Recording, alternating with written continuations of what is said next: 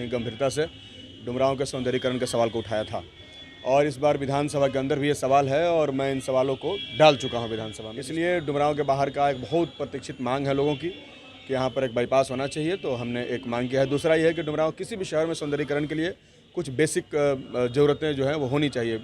तो वहाँ आप देखिए कि शौचालय तक नहीं है, जबकि देश में सरकार का स्वच्छ भारत का अभियान चल रहा है और डुमरांव नगर परिषद हुआ है और नगर परिषद का विस्तार भी इस बार हुआ है, लेकिन इसके बावजूद जो बेसिक ज़रूरतें हैं जिसकी वजह से नगर परिषद होना चाहिए वो नहीं है। नमस्कार, मेरा नाम उदित तारण है और इनसाइडर लाइव पर आप सबका स्वागत है।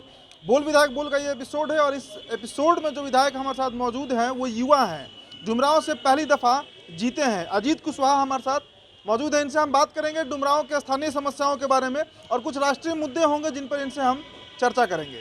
सबसे पहले स्वागत है आपका अजीत जी। नमस्कार। डुमरांव गंदा है, सौंदर्यीकरण वहाँ नहीं है, बहुत गंदा स्थिति है। ददन पहलवानपुर में रहे हैं और पहली दफ़ा आपको मौका मिला है, साफ कैसे होगा डुमरांव?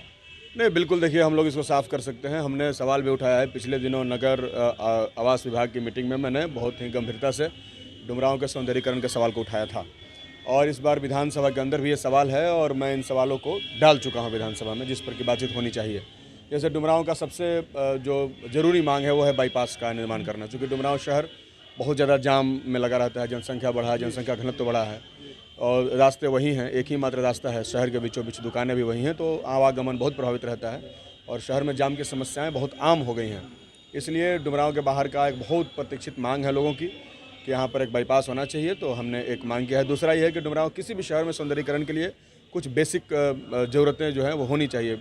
तो वहाँ आप देखिए कि शौचालय तक नहीं है, जबकि देश में सरकार का स्वच्छ भारत का अभियान चल रहा है और डुमरांव नगर परिषद हुआ है और नगर परिषद का विस्तार भी इस बार हुआ है, लेकिन इसके बावजूद जो बेसिक ज़रूरतें हैं जिसकी वजह से नगर परिषद होना चाहिए वो नहीं है। तो ये सारी चीज़ें वहाँ होंगी तो बेहतर निश्चित तौर पर डुमरांव का सौंदर्यीकरण होगा। चलिए, एक सवाल है जो कई दशक से चला आ रहा है, 3-4 दशक बीत चुका। मलई बराज की हम बात करेंगे। नहर का समस्या है, सिंचाई वहाँ का बहुत कठिन है, किसानों को पानी मिल पाना।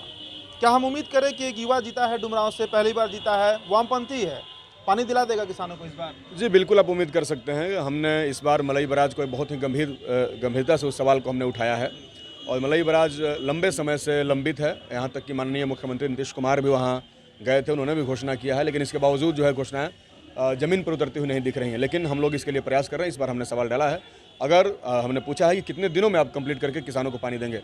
अगर त्वरित इस पर कार्रवाई नहीं होती तो आने वाले समय में विधानसभा में तो लड़ाई हो ही रहा है। इन सवालों को लेकर के हम लोग सड़क पर भी प्रदर्शन करेंगे और हम पूरी गारंटी करेंगे कि मलई बराज शुरू हो, क्योंकि हम जानते हैं कि जब ये बराज शुरू होगा तो एक बहुत बड़े क्षेत्रफल के किसानों को फायदा होगा, जिसमें डुमरांव सबसे ज़्यादा उससे लाभ मिलेगा डुमरांव के किसानों को। चलिए, आपने आंदोलन का जिक्र किया। 8 फरवरी को नरेंद्र मोदी ने संसद में कहा कि एक विशेष प्रजाति इस देश में उपज गई है जो आंदोलन जीवी है। अगले दिन 9 फरवरी को अगर आपका सोशल मीडिया हम देखते हैं तो आपने हैशटैग मैं भी आंदोलन जीवी लिखा है।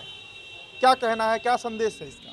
नहीं देखिए, मेरा कहना है कि आज इस मुल्क में आप आज़ाद हवा में सांस ले रहे हैं ना, यह मुल्क जो है आंदोलन के बदौलत बना है। मैं इतिहास का विद्यार्थी हूँ और मैंने स्वतंत्रता आंदोलन का इतिहास पढ़ा है, मैंने गांधी का असहयोग आंदोलन पढ़ा है, मैंने गांधी का चंपारण सत्याग्रह पढ़ा है। तो जो व्यक्ति गांधी को, भगत सिंह को अपना आइडियल मानता हो और माने कि देश, वो लोग खुद आंदोलनकारी थे और इसीलिए हम उनको मानते हैं, तो ये देश ही आंदोलन के बदौलत बना है और आंदोलन के बदौलत हासिल की हुई आज़ादी में लोग रह रहे हैं। जिनको आप अगर आंदोलनकारियों को गाली दे रहे हैं, अगर आंदोलन करने वाले लोगों को आप गलत समझ रहे हैं, तो मैं समझ रहा हूँ कि आप इस देश का जो गौरवशाली इतिहास है उस पर सवाल उठा रहे हैं। अगर इस पर कोई सवाल उठा रहा है तो मैं समझता हूँ कि वो सबसे बड़ा राष्ट्रद्रोह इस दौर में है। नरेंद्र मोदी जी ने ये बहुत बड़ी बात कही है, उनको नहीं कहना चाहिए। उन्होंने न सिर्फ देश के वर्तमान आंदोलनकारियों को, बल्कि इस देश में जितने लोगों ने आंदोलन करके देश को आज़ाद कराया, उन तमाम आंदोलनकारियों को, इवन गांधी जी को, भगत सिंह को, इन तमाम लोगों को उन्होंने गाली दिया है और मैं समझता हूँ कि इसके लिए उनको माफ़ी मांगना चाहिए देश की जनता से। चलिए, आप रहने वाले मूलतः जगदीशपुर भोजपुर के हैं, चुनाव जीते डुमरांव से। इसके बावजूद आपके सोशल मीडिया को हम खंगालते हैं तो देखते हैं कि आप लगातार छात्र हित मुद्दों को लेकर डुमरांव में सड़क पर उतर रहे हैं। बिहार में शिक्षा की क्या व्यवस्था है, ये किसी से छिपा हुआ मुद्दा नहीं है। अभी नीतीश कुमार ने एक चिट्ठी तक जारी कर दिया कि जो भी लोग आंदोलन करेंगे, खासकर परीक्षा में पेपर लीक को लेकर, तो उनको अब नौकरी ही नहीं लगेगा। सदन में यह मामला उठेगा कि नहीं? देखिए, नीतीश कुमार जी मोदी जी और योगी जी के तर्ज पर सरकार चलाना चाहते हैं, लेकिन हम लोग बिहार में इस बार महागठबंधन और पूरा विपक्ष बहुत मजबूती के साथ, ताकत के साथ है। इसलिए हम उनका जो ये मंसूबा है कि बिहार आंदोलन मुक्त हो जाए, बिहार के नौजवान सड़कों पर नहीं उतरे, ये हम लोग नहीं होने देंगे। दूसरी बात यह है कि इस तरह का फैसला जो है वो बहुत ही तनाशाहीपूर्ण है और इस बात की ओर दर्शा रहा है कि अब आज़ादी के 75 वर्षों के बाद देश की तमाम सरकारें और सत्ता जो है वो निरंकुशता की ओर बढ़ रही है। आपने देखा है इतिहास में जब भी जनता को आंदोलन से रोका गया है तो उन सरकारों के क्या हश्र हुए हैं। तो इसलिए इनको सबक लेना होगा, नहीं तो देखिए आंदोलन तो रुकता नहीं है, लोग लड़ने से मानेंगे नहीं, चूँकि हमारा राइट है, हमारा अधिकार है। इस देश का संविधान ने हमें अधिकार दिया है कि देश की जनता शांतिपूर्ण तरीके से अपना आवाज़ को उठा सकती है। असहमति का राइट है, हमें अधिकार है, और असहमति के अधिकार को प्रदर्शित करने के लिए प्रदर्शन करने का अधिकार है। तो आप अगर प्रदर्शन करने से रोक रहे हैं या हमें असहमत होकर के सोशल मीडिया पर लिखने से रोक रहे हैं, इसका मतलब आप संविधान के अनुच्छेद 19 के खिलाफ हैं और आप संविधान के खिलाफ हैं। तो संविधान के खिलाफ कोई सरकार बहुत दिन तक नहीं चलेगी, क्योंकि देश की जनता की आस्था आज भी संविधान में है और संविधान विरोधी सरकार के खिलाफ देश की जनता खड़ी हो जाएगी। चलिए अंतिम सवाल, आप सिंधु बॉर्डर भी गए, गाजीपुर बॉर्डर भी गए, लगातार आप यात्रा कर रहे हैं उन क्षेत्रों का जहां पर किसान अड़ के बैठे हुए हैं कानून वापस लेने को लेकर। क्या माहौल है और क्या आपको लग रहा है कि सरकार इस कानून को वापस ले गया, इसमें कोई संशोधन करने जा रही है? सरकार को तो देखिए कानून वापस लेना पड़ेगा और सरकार डर भी रही है। आपने देखा है कि कील भी ठोका और कील को टेढ़ा भी किया। तो वहीं पर आपने देख लिया कि सरकार कितनी फ्रस्ट्रेशन में जी रही है और इसी बदौलत ये सारे कानून और ये सब कुछ जो है गुरु घंटाल सब मचा हुआ है। तो ये सब बहुत दिन चलने वाला नहीं है।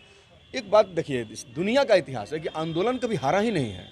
ये जरूरी नहीं है कि आज ही उसमें जीता जा सके, लेकिन आंदोलन हुआ है और लंबा आंदोलन चलेगा। हमने तो अंग्रेजों के खिलाफ 200 वर्षों तक लड़ाई लड़ा, ये तो अभी 3 महीने हुए हैं। इसलिए आंदोलन अभी कंटिन्यू आगे चलेगा और जितने भी जन विरोधी कानून हैं उनको वापस लेना पड़ेगा, जनता उसके लिए लड़ेगी। चलिए, तो ये अजीत कुशवाहा हैं जिन्होंने प्रखर रूप से अपनी सारी बातों को रखा। डुमरांव की समस्याओं को हमने उठाने का प्रयास किया, इनसे पूछने का प्रयास किया। 4.5 साल इनके पास अभी अवधि है, देखना होगा कि आखिरकार कितना बदल पाते हैं ये डुमरांव को। आप बने रहें इनसाइडर लाइव के साथ, चैनल को सब्सक्राइब कर लें। वीडियो अगर आप हमारे फेसबुक पेज पर देख रहे हैं तो हमारे पेज को लाइक फॉलो करें और इस वीडियो को शेयर जरूर करें। धन्यवाद।